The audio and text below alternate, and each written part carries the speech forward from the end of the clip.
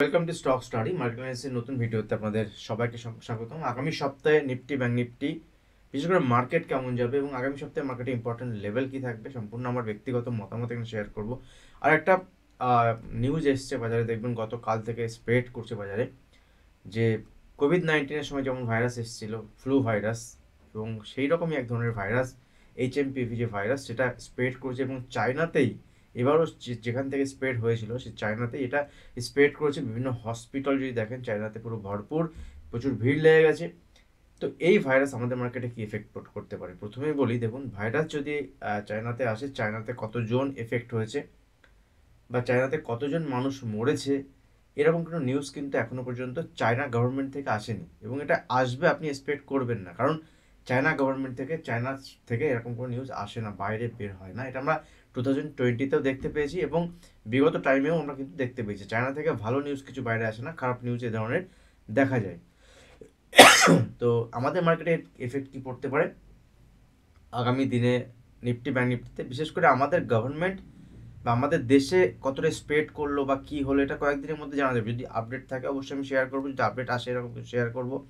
Stock মার্কেটের সঙ্গে ভাইরাসের একটা রিলেশন আছে, ওটা 2020-তে আমরা দেখেছিলাম। তো এবারও কি সেরকম এফেক্ট হতে পারে মার্কেটে, এটা আমার এই মুহূর্তে জানা নেই। এবং আগামী দিনে মার্কেটে কী এফেক্ট পড়বে বা আগামী দিনে আমাদের দেশে কতটা স্প্রেড করছে তার উপর ডিপেন্ড করবে। ভাইরাসে কতজন মারা যাচ্ছে, কতজন কি হচ্ছে, সেসবগুলো কিন্তু এখন অজানা। বাট যখন এরকম নিউজ আসবে সেক্ষেত্রে আগামী দিনে আমরা সেই হিসেবে প্ল্যান করব।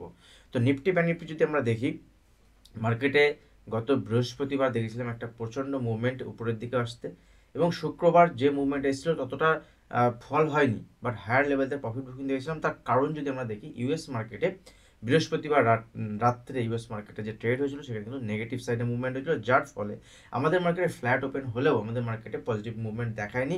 বাট ইম্পর্টেন্ট লেভেল ছিল আমাদের উপরের দিকে, যদি হাই ব্রেক করে বৃহস্পতিবার তবে আমরা লং সাইডে প্ল্যান করবো, আদারওয়াইজ নিচের দিক থেকে বাউন্স আসতে পারে। 24,000 লেভেল থেকে 24,000 লেভেল থেকে আমরা দেখেছিলাম মার্কেটের শার্প বাউন্স আসতে 24,160 24,150 লেভেল পর্যন্ত মার্কেট যেতে, এবং সেখান থেকে মার্কেট সাস্টেন করতে পারেনি এবং একদম শেষের দিকে 24,000 লেভেলকে ব্রেক করলো, মার্কেট 24,000-এর কাছাকাছি ক্লোজ দিয়েছে নিফটি। ব্যাংক নিফটি কম্পারেটিভলি নিফটির থেকে উইক ছিল, ব্যাংক নিফটি পারফর্ম করছিল না, কিন্তু সেই হিসাবে ব্যাংক নিফটিতেও লাস্ট দিন আমরা দেখলাম যে ফল হয়েছে। দেখে নিই মার্কেটে ইম্পর্টেন্ট লেভেল কি থাকবে, খুব ছোটো ভিডিও বানাবো। আর আগামী সপ্তাহের জন্য মার্কেটের ট্রেড প্ল্যান কীভাবে করছে, আমি পার্সোনালি কীভাবে মার্কেটকে দেখছি। দেখুন মার্কেটে যদি আমি দেখি এই মুহূর্তে যে সিচুয়েশন মার্কেটে আছে, নিফটির ক্ষেত্রে যদি দেখি, নিফটি সিম্পল এখান থেকে একটা বটম ফর্মেশন দেখাচ্ছিল এবং বটম ফর্মেশন টাইপ এখান থেকে দেখানোর পরে একটা ডাবল বটম ফর্মেশন হয়েছে এবং ফার্দার এখান থেকে উপরের দিকে মুভমেন্ট নিফটি দেখিয়েছিল। লাস্টে যে ফলটা হয়েছিল নিফটির 24,000 ইম্পর্টেন্ট সাপোর্ট লেভেল, কিন্তু মনে রাখবেন 24,000 লেভেল যদি ব্রেক করে 23,970 লেভেলকে জাস্ট মার্ক করে রাখুন। 23,970 লেভেল যদি ব্রেক করে নিফটি, এখান থেকে নিফটিতে 23,800 লেভেল পর্যন্ত দেখাতে পারে এবং 23,800 লেভেল ব্রেক করলে নিচের দিকে নিফটি যে লো ছিল সেদিকে আসতে পারে, এবং ফাইনাল নিফটি যদি এখান থেকে ব্রেক করে 23,800 লেভেল নিচের দিকে আরও 200-300 পয়েন্টের মুভমেন্ট দেখাতে পারে। 1-2 দিনে না এলেও আগামী সপ্তাহে কিন্তু এরকম মুভমেন্ট পসিবল। কিন্তু উপরের দিকে লং সাইডে প্ল্যান তখনই করবে, দেখুন উপরের দিকে লং সাইডে প্ল্যান আগামী সপ্তাহের জন্য সিম্পল থাকবে। যদি আমরা দেখি যে প্রিভিয়াস উইকের যে হাই, দ্যাট মিনস প্রিভিয়াস শুক্রবারের দেখুন এই ক্যান্ডেল ছিল, বৃহস্পতিবার এই ক্যান্ডেল। তো সিম্পল যদি আমরা দেখি শুক্রবারের আর বৃহস্পতিবারের যে হাই, ওই লেভেলটাকে জাস্ট মার্ক করে নেবো, সেটা হচ্ছে 24,230 24,240 লেভেলের উপরে যদি মার্কেট সাস্টেন করতে স্টার্ট করে দেন আমি লং সাইডে প্ল্যান করবো, আদারওয়াইজ লং সাইডে প্ল্যান করবো না। ছোটোখাটো যদি এখানে বাউন্স আসে উপরের দিকে, বাউন্স এলে উপরের দিকে যদি সাস্টেন না করে সেক্ষেত্রে উপরের লেভেলে সেলিং অপরচুনিটি দেখবো। কিন্তু মাথায় রাখবেন 24,000 লেভেলের নিচে যদি মার্কেট এখানে ফেল হয়, 23,970 লেভেলকে ব্রেক করে নিচের দিয়ে কিন্তু কারেকশন বাজার দেখাতে পারে এবং 100-200 পয়েন্টের ইন্টারডে মুভমেন্টের জন্য প্লে করবো আমি পার্সোনালি। আপনি যখন ট্রেড প্ল্যান করবেন, অ্যানালিসিস করবেন, রিস্ক রিওয়ার্ড খুব ইম্পর্টেন্ট মার্কেটের ক্ষেত্রে।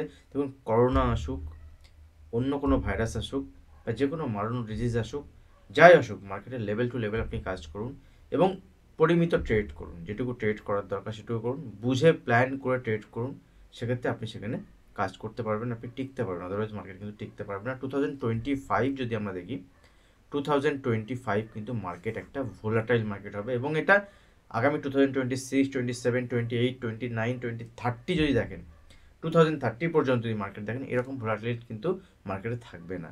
2020 পরের থেকে 2021, 22 মার্কেটে ফ্ল্যাট মুভমেন্ট ছিল, 2023-তে মার্কেট পজিটিভ ছিল, 2024-এ যদি দেখি মার্কেট কম্পারেটিভলি পজিটিভ ছিল, শেষের দিকে একটুখানি ডাউন সাইডে মুভমেন্ট আমরা দেখেছি। বাট 2025 কিন্তু ভোলাটাইল, উপর নিচে দুদিকে মুভমেন্ট হবে, সেক্টর ওয়াইজ নয়, স্টক ওয়াইজ মুভমেন্ট হবে। দেখুন এই সেক্টর চলবে, ও সেক্টর চলবে, এরকম নয়, কোনো সেক্টরে পার্টিকুলার একটা দুটো স্টক চলবে। এটা আমি আগেও আপনাদের সঙ্গে শেয়ার করেছি, আপনারা দেখতে থাকুন। তো যদি আপনি ট্রেড করতে জানেন, 2025 আপনার জন্য খুব ভালো ইয়ার হতে চলেছে, ভালো বছর হতে চলেছে। বা যদি আপনি ট্রেড ঠিকঠাক না বোঝেন, না করতে পারেন, তাহলে কিন্তু 2025 আপনার জন্য খুব খারাপ হতে পারে। এটা মাথায় রেখেই আপনি ট্রেড প্ল্যান করবেন। তো এখান থেকে এইভাবে আপনি ওপরের দিকে লং সাইডে প্ল্যান করতে পারেন, এই লেভেলের বেসিসে নিচের দিকে গেলে এখানে ছোটো ছোটো কোয়ান্টিটিতে নিচের দিকে প্লে করতে পারেন। সরি, ব্যাঙ্ক নিফটি যদি দেখেন, দেখুন ব্যাঙ্ক নিফটিতে ট্রেড প্ল্যান আমি কীভাবে করব। ব্যাঙ্ক নিফটি নিফটির থেকে উইক, এবং ব্যাঙ্ক নিফটি এখানে যদি আমরা দেখি থার্সডে মানে বৃহস্পতিবারে ব্যাঙ্ক নিফটি যে হাই ছিল, মানে যে মুভমেন্ট হয়েছিল, শুক্রবারে দেখুন পুরোটা এখান থেকে ব্যাঙ্ক নিফটি গিলে ফেলেছে, মানে এখান থেকে কভার করে ফেলেছে, এবং তার নিচে গিয়ে ক্লোজ দিয়েছে। Bank Nifty weak comparatively, but এখানে মার্কেটকে চলতে গেলে ব্যাঙ্ক নিফটিকে স্ট্রং হতে হবে। লাস্ট দিন এইচডিএফসি ব্যাঙ্কের একটা মুভমেন্ট নেগেটিভ সাইডে হয়েছে, এভিটো যে ব্যাঙ্কগুলো ছিল তাদের নেগেটিভ সাইডে মুভমেন্ট হয়েছে, যার এফেক্ট কিন্তু ব্যাঙ্ক নিফটিতে দেখা গেছে। তো এখান থেকে ব্যাঙ্ক নিফটিতে উইক, ব্যাঙ্ক নিফটি দেখুন নিচের দিকে মুভমেন্ট হলে এখন সাপোর্ট লেভেল থাকবে 50,500 থেকে 50,650 হচ্ছে ব্যাঙ্ক নিফটির সাপোর্ট লেভেল। 50,500 থেকে 50,650 ব্যাঙ্ক নিফটির সাপোর্ট লেভেল, এবং ওর নিচে যদি আসে ব্যাঙ্ক নিফটি 50,600 লেভেল যদি ব্রেক করে, তাহলে ব্যাঙ্ক নিফটি নিচের দিকে 50,200, 50,000 লেভেল পর্যন্ত দেখাতে পারে। উপরের দিকে প্ল্যান তখনই করব, একদম শার্ট মুভমেন্ট তখনই আসবে যদি ব্যাঙ্ক নিফটি এখান থেকে 51,750 লেভেল, 51,750 থেকে 51,800 লেভেলকে যদি ব্রেক করে উপরের দিকে 52,000 এবং 52,500 লেভেল পর্যন্ত ব্যাঙ্ক নিফটি দেখাতে পারে। দুদিকে এই কারণেই বললাম, কারণ আমি লেভেল টু লেভেল বেসিসে প্ল্যান করব। বিভিন্ন নিউজ বাজারে আসছে, তো এই নিউজ যখন বাজারে আসবে, নিউজকে প্লে করার জন্য আপনার আগে থেকে প্রি প্ল্যান উপরে যাবে বা নিচে যাবে এভাবে প্ল্যান করার কোনো দরকার নেই। আমি তো এইভাবে করবো না, কারণ বাজারে যখন ওপেন হবে, ইন্টারডে গেম প্ল্যান টোটালি আলাদা। তো ইন্টারডে যখন বাজারে মুভমেন্ট হয়, বাজারে কিন্তু ইন্টারডে মুভমেন্ট বোঝা যায় যে কোন দিকে বাজার যাবে, সেক্ষেত্রে ট্রেড প্ল্যান করা যাবে।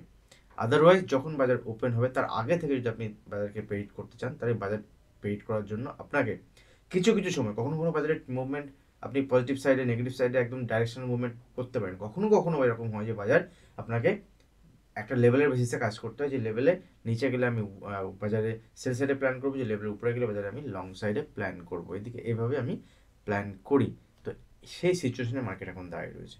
মার্কেট উপর দিকে যদি মুভমেন্ট হয়, যদি হাইকে ব্রেক করে বা যেটা 51,750, 51,700 লেভেলকে, দেন উপরের দিকে লং সাইডে প্ল্যান করে 500-700 পয়েন্টের মুভমেন্ট ইজিলি দেখাবে bank Nifty. Initially short covering হবে, দেন মুভমেন্ট হবে। এফআইআই দেখুন, এফআইআই যে লং পজিশন আবার কমে এসছে, আর সেটা চলে গেছিলো আপনার 14% থেকে, ইন্ডেক্স লং পজিশন 14% থেকে চলে গেছিলো আবার 20% বৃহস্পতিবার কেনাকার পরে, আবার সেটা ফল হয়ে গেছে, গিয়ে এখন প্রায় 15-16% কাছাকাছি। তো এই ডেটা কোথায় দেখা যায় দেখুন, একটা আছে আপস্টক্সে ফ্রি দেখা যায়, এটা প্ল্যাটফর্মে, ট্রেডিং প্ল্যাটফর্মে। এছাড়াও বিভিন্ন জায়গাতে দেখতে পারেন, আপনারা চেক করতে পারেন, বিভিন্ন জায়গাতে এটা দেখা যায়, অফস্ট্রাতে দেখা যায়। তো এরকম অনেক ওয়েবসাইট আছে, ফ্রি ওয়েবসাইটও আছে, আপনি গুগলে গিয়ে সিম্পলি সার্চ করুন, দেখবেন এটা পেয়ে যাবেন, অসুবিধা নেই। আর বিভিন্ন স্টকের ভিডিও আমি শেয়ার করব ট্রেন্ডিং মুভমেন্ট জন্য। আমি আপনাদের সঙ্গে শেয়ার করেছিলাম যে এফএমসিজি সেক্টরের স্টকগুলোর উপর আপনি নজর রাখুন।